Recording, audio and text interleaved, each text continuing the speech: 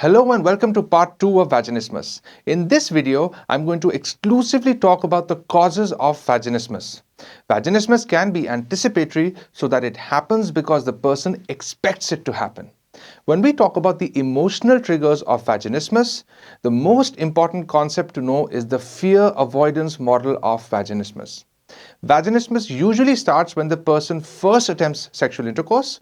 However, it can also develop later if the first sexual intercourse experience has been painful or when the woman is trying to attempt intercourse when she is emotionally distressed. I'm going to talk about these emotional distress situations later in the video. Talking about the fear avoidance model of vaginismus, because sexual intercourse may be painful physically, emotionally, or both ways, women begin to fear it.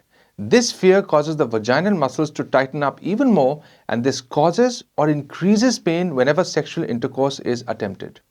A reflex reaction develops such that whenever the vagina is pressed or sometimes even touched, the vaginal muscles reflexively or automatically tighten up. However, most women with vaginismus can still enjoy sexual activity that does not involve penetration.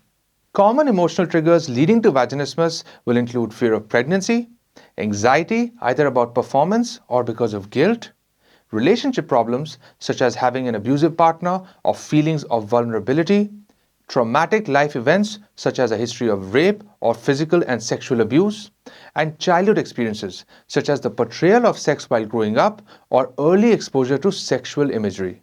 Having difficulty understanding sex or having shame or guilt around sex could make you feel uncomfortable if you've had a very strict upbringing where sex was either never discussed or you were told that sexual desire is wrong and that sex is painful.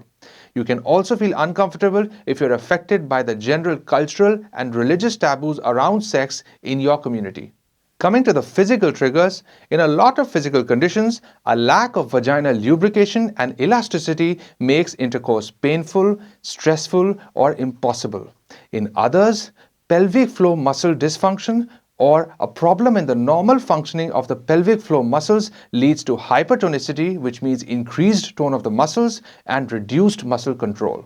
These physical conditions will include infection, such as a urinary tract infection, yeast infection, or trichomoniasis, which is a parasitic infection, childbirth, menopause, inadequate foreplay, side effects of some medications, health conditions such as lichen sclerosis or cancer, radiotherapy given to the pelvic region, or previous surgery involving the genital area. Okay, that's it for today. Stay tuned for part 3 where I will be discussing the treatment options for vaginismus. Thank you for watching and have a great day ahead.